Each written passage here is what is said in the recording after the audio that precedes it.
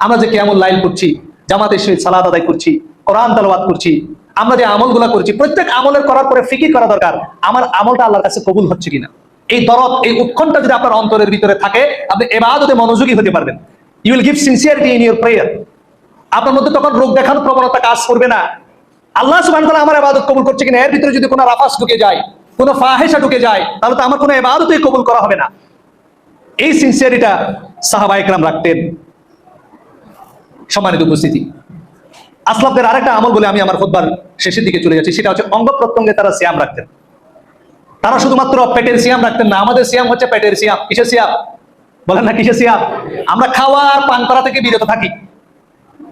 বাংলাদেশের 90% মানুষ মুসলমান। বাংলাদেশে ইসলামী রাজনৈতিক দল আছে প্রায় 21 থেকে 22টা, যারা বাংলাদেশে ইসলামী আইন কায়েম করতে চায়।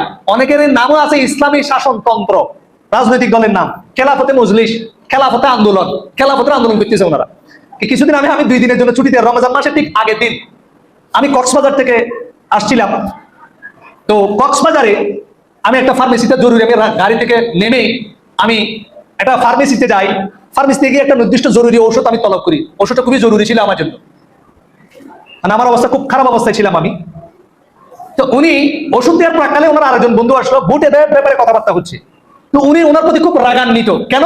উনি বাংলাদেশের একটা সেকুলার দলকে বলে, তোরা সেকুলার দলকে ভোট দেওয়ার মাধ্যমে এই কক্সবাজারে ক্ষমতায় নিয়ে আসছস, ইনসাফের মানুষকে তো তোরা ভোট দিস নাই। তার মানে বোঝা যাচ্ছে উনি দিন কায়েমকারী লোকের, ইসলামী আন্দোলনের লোক।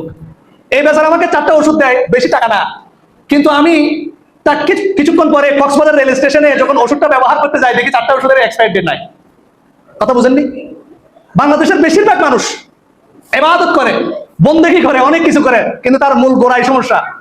মুআমালাতের ক্ষেত্রে আমাদের ইসলাম নাই। সিয়ামের মাসেও আপনি দেখবেন যে আমরা কিন্তু, যিনি সুদখোর তিনি সুদ খাইতেছে।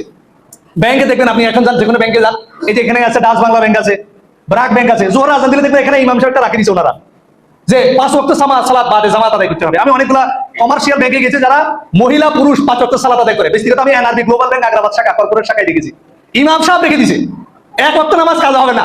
এবার আপনারা আমাকে বলেন ওরা ইবাদত কবুল হবে?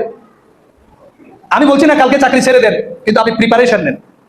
অনেকে আছে মাইক্রো ক্রেডিট কোম্পানিতে, সুদভিত্তিক যে ক্ষুদ্র অর্থনীতির যে সমবায় সমিতিগুলো রয়েছেন সেখানে চাকরি করেন। অনেকে ইন্স্যুরেন্স কোম্পানিতে চাকরি করেন, যেগুলো টাকাফুল। অনেকে বলতে ইসলামী ইন্স্যুরেন্স, ইসলামী ইন্স্যুরেন্স কেউ করায় না রে ভাই, এগুলো একটা ব্রাটপারি, প্রতারণা।